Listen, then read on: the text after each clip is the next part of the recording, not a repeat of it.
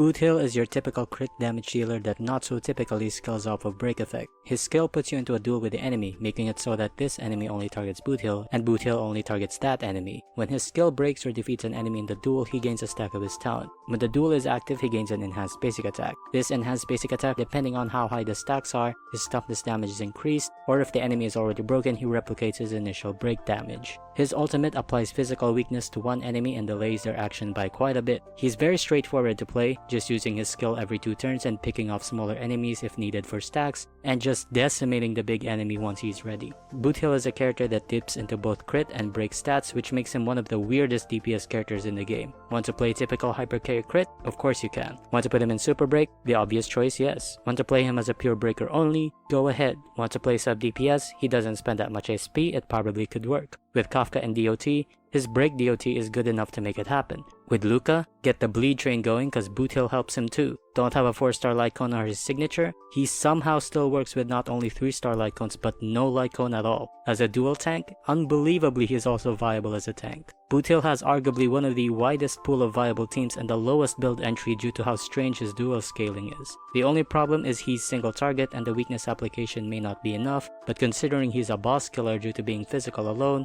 he would have already hunted some characters before release if this happened. As a break character, his damage also jumps off if he can't break, but once he does, an enemy is a goner.